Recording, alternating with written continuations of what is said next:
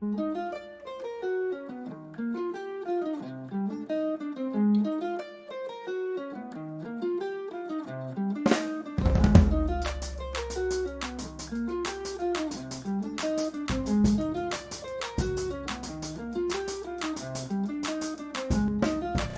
I'm Luther Kruger, Big Blue Sun Museum of Solar Cooking based in Minneapolis.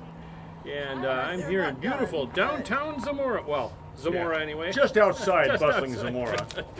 Zamora, California. Les McEvers and Debbie is here too, behind the camera, but come on forward. And we're going to talk about his solar cookers. He's got a handful of these guys that are just incredibly powerful, sturdily built. And I always have just a couple questions, and I'll let you tell the story. The first one is, how did you get into solar in any way, shape, or form? And then how did it get to the point of solar cooking? Well, it started out, I had an idea. I was getting into baking my own bread. But I wanted to be able to bake bread without using the oven. So I started coming up with ideas for solar cookers, and that was my first solar cooker right there. Oh, sure. It was supposed to be a hay box cooker. Yep. That I was building from plans on the internet, and my son pointed out as I got that far that this only gets to 250 degrees, and I needed 375.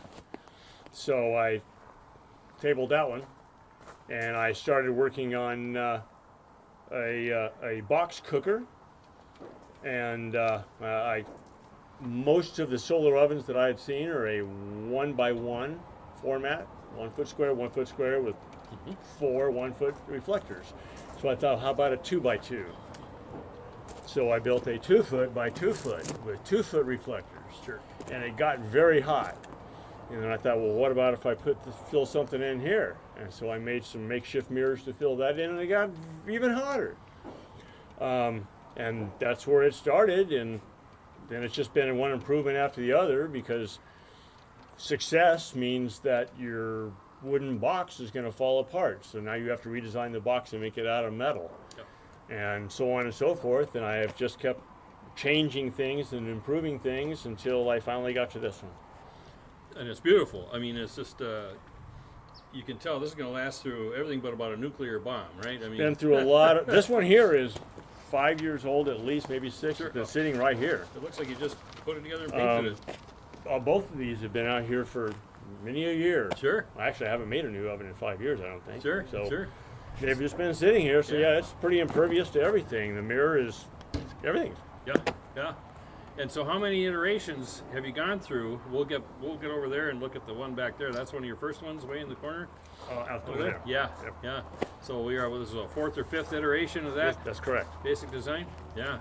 Well, I kept changing things. This one here has the mirrors held in with a stainless steel Sure. thing up here and brackets on the bottom. So if you Yep. break a mirror, you can just slide it out and slide a new one in. Sure. Same way with these. If you break one, you can just put a new piece of glass in. Yep. This one here, I think that is the only real improvement over the last one. This has got all stainless steel. I finally came to the conclusion that every single thing inside this oven has to either be black painted or stainless steel, or it's going to rust. Yep. And so that's why this is where it is. Sure. But this has literally been sitting outside for 5 or 6 years, and that's what it looks like. Yep. Well, when you made the choice, I've talked to a bunch of people who made box cookers, and the one thing they say, well, I'm going to get to it someday, and that is have the window be sealed and have the opening in the back. Everyone says that's the one thing that just makes it awkward. Well, I just don't know how you could do it. Number Yeah. one, this gets so hot Yeah. that you couldn't. When this gas is running at 400 degrees and it has water vapor in there, Yep. the water vapor is superheated to the point you can't see it. Yeah. It's not steam. If you open the door and you put your face right there, you're going to get a face full of superheated water vapor. Yep. So having a door like this where you have to have Yep. And you're open, it reaching wouldn't over work the at all. gears and- Yeah. Yeah. It really makes it easy. So if you need to do something, you want to store your food, What's out for you want Debbie? to just quickly store your food, or supposing you wanted to add food. Oh, it's nothing. Yeah. Well, it's no different than the gas range in your house. Right. So, I mean, there's there's hazards with heat, but you minimize them to where, you know. Well, I actually highly recommend you using ultra. Yeah. I'm a veteran Yes. of many There we burns. go. When you're trying to Well, wrestle an entire cookie sheet of pork ribs Sure. through the door, which by the way is 20 inches across, so you can fit a full-size cookie sheet in there. Yes. Okay. You're trying to wrestle one out though without tipping it or whatever, and you touch your arm against the inside of that thing, it will definitely burn you. Now you mentioned for focusing it, I heard the phrase "the shadow disappears." What's All that? right, if you look at it, you'll see no shadows. Oh, inside the box. Inside the Okay. box. Now, if it goes out of focus, you see a shadow. Yes. So you just aim up, down, left, right until Sure. all shadows disappear. You can also use that to moderate your temperature. If I don't want full temperature, I can just adjust this so that it keeps 4 inches of shade at the bottom all the time, and it'll drop me 50 degrees. Wow. This is low tech. Yeah, this is low tech. Low tech. No batteries included. Sure. So you know, like if this takes, it shouldn't be more than 300. You set it off a little bit. Is that? Go like this. Now I just and you track got it across the sky as I normally would, but I keep that 4 inches of shade up at the top of the sun to get it. Yeah. This is true. This is true. It'll make a lot more difference now than it would in the middle of summer. Sure. Well, and now for the gambled rack here, what's that? That just looks like a steel tube through another steel pipe. What it is cotter pin? there's a yoke on the outside, and this oven is pivoting on these yoke pins, and which is see how it's pinned to the Sure. yoke here? Okay, so that shaft, that stainless steel shaft can't turn. Right. And inside here, that stainless steel shaft is hooked to the cooking grid on the inside, and that can't turn. And as the oven turns, it rotates Sure. around your food, which never moves as you're cooking. Yep. Yeah, that's pretty. That's what it takes. That's really nice. I have plans. Well, You just need right. equipment. That's right. That's right. That was one of the things I learned. When I first started out, I went down and bought a really nice table saw, thinking I was going to build them out of wood. And I did build a couple of them out of wood, and then I realized I couldn't build them out of wood. And so then I had to restart and going down and get things to build with sheet metal. I had to get a stomp shear. I had to get a press brake. Sure. I learned how to weld. Yes. All this stuff. This is all angle iron. All the frame Sure. is 1 inch angle iron all the way around. Oh yeah. And that's the best for. I mean, that's not going to go. Yeah, that's it not can't gonna go bend anywhere. Yeah. So I had to learn to work all that, and the actual installation is just house insulation. Sure. Well, this is one type of cooker that Joe Radabaugh, if you read his book Heaven's Flame, back in '98, and he talks about being able to put one on a post in a national park, and you might have to switch to like aluminum reflectors or something. I thought about that. Yeah. But but making it so that could be like one thing and all kind of fused together, so a camper couldn't drop the pot and smash the glass. But this would be the ticket, because you could cook as much as fast as in any of the barbecue things that they would set out. So It's pretty close to mimicking a normal house oven, as long as you don't eat over 400. In the middle of summer, I can get 430 degrees. wow, sure. But that's the middle of summer. June 21st at solar noon. Yeah, and that's really the peak, and that's at about 100 degrees ambient. Sure. So, and I can pretty well calculate that since today is 80, Yep. my peak would be 400 to 410, Sure. probably 400 on it with this breeze. But Sure. Because it's exactly linked to that peak of 430, Sure. and you lose. I forgot what I was supposed to say. Carry on. Whatever. Yes. Edit Well, I can tell you right now, I'm telling you to the camera, I'm smelling something that doesn't approximate chicken. It smells like chicken. Nice cooked chicken. I think we can move to that cooker. We'll chat here for a little bit. In fact, oh, good. Oh, yes.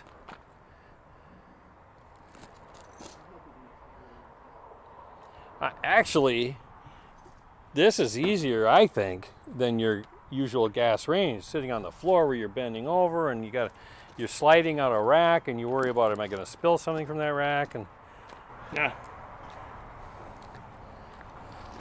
okay, make sure that's.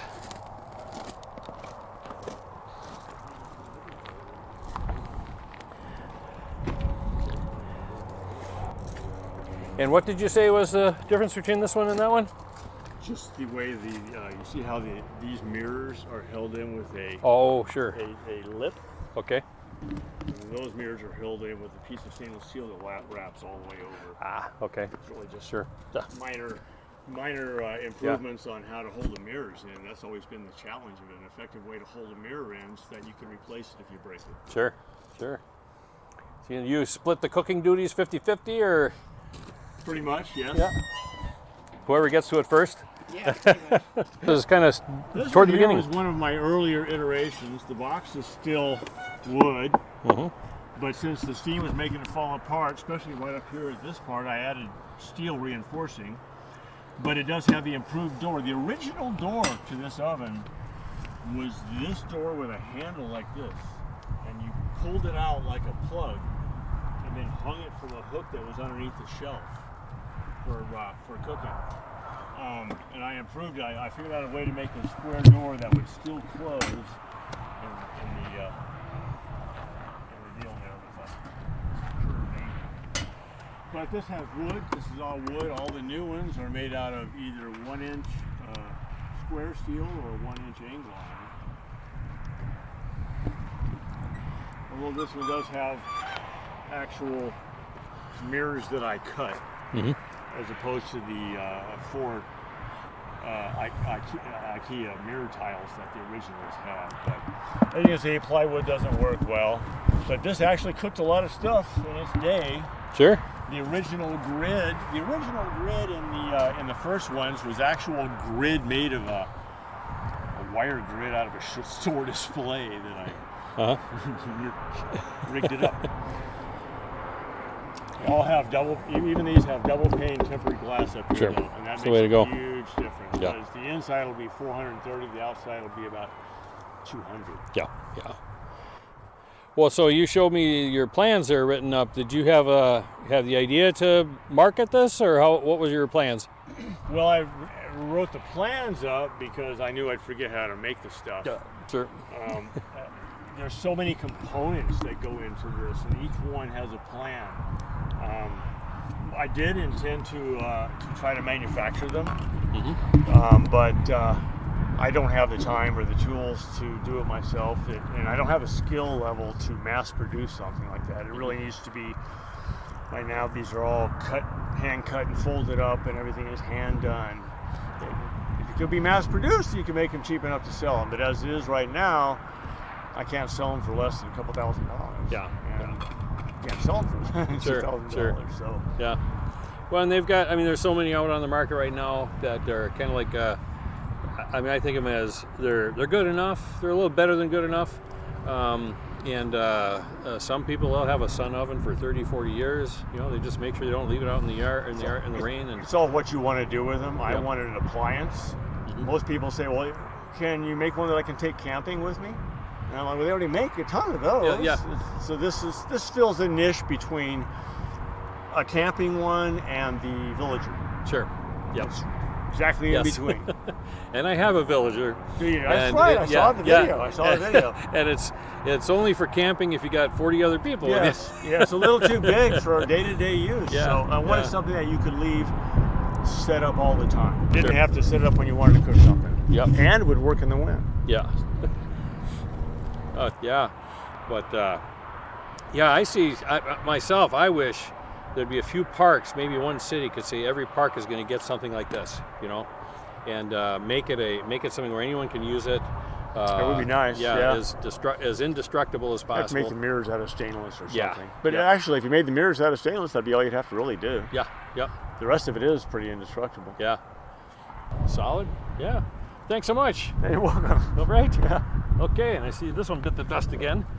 Oh, I heard something. I started.